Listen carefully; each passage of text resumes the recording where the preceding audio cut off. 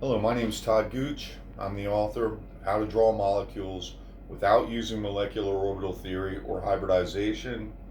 And I know it sounds like a mouthful, but actually it solves some problems. And specifically, the problem that I would like to address today is benzene and its bonding between the carbon-to-carbon atoms.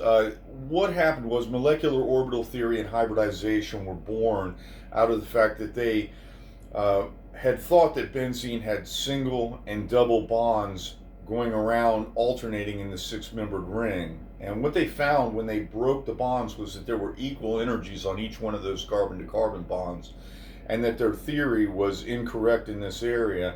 This is when they came up with molecular orbital theory and hybridization in order to solve this problem. And what I've done is to solve it another way. When they put the circle inside of a hexagon in order to represent the equal energies on each of the bonds in benzene, they really are using something that's not in the arcane of Lewis. There is no circle structure in Lewis structures. All it has is single and double and triple bonds.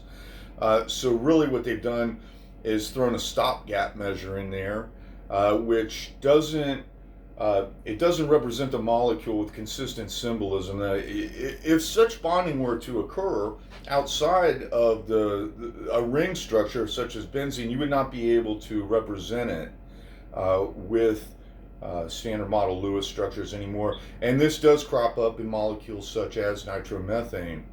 But what I'd like to talk with you about is how I solved the problem. What I did was I came up with new structures. Let me give you an example. In order for me to get the equal energies on the bonds, I used 1.5 bonds.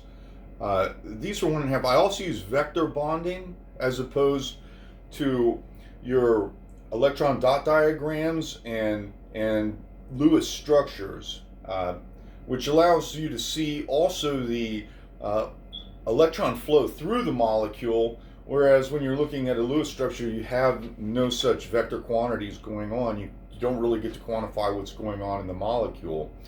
Not to mention that I can draw single structure benzene without having to use two hybrid structures, and all with consistent symbolism. I wrote this down for y'all into a book called How to Draw Molecules Without Using Molecular Orbital Theory or Hybridization, and it's on Amazon for $19.99. It's low priced so that you can afford to buy the book. It gives very concise information on how to draw molecules, the different bonding nomenclature, the half bonds, the single bonds, the bond and a half. The 1.5 bond is what we use to do the carbon-to-carbon bonds on benzene, and this comes in handy for other molecules such as nitromethane, which also are supposed to have two hybrid structures, but I can draw them with just one, solving the problem again. I encourage you to go to Amazon and purchase my book in order to solve these problems. Thank you very much for your time.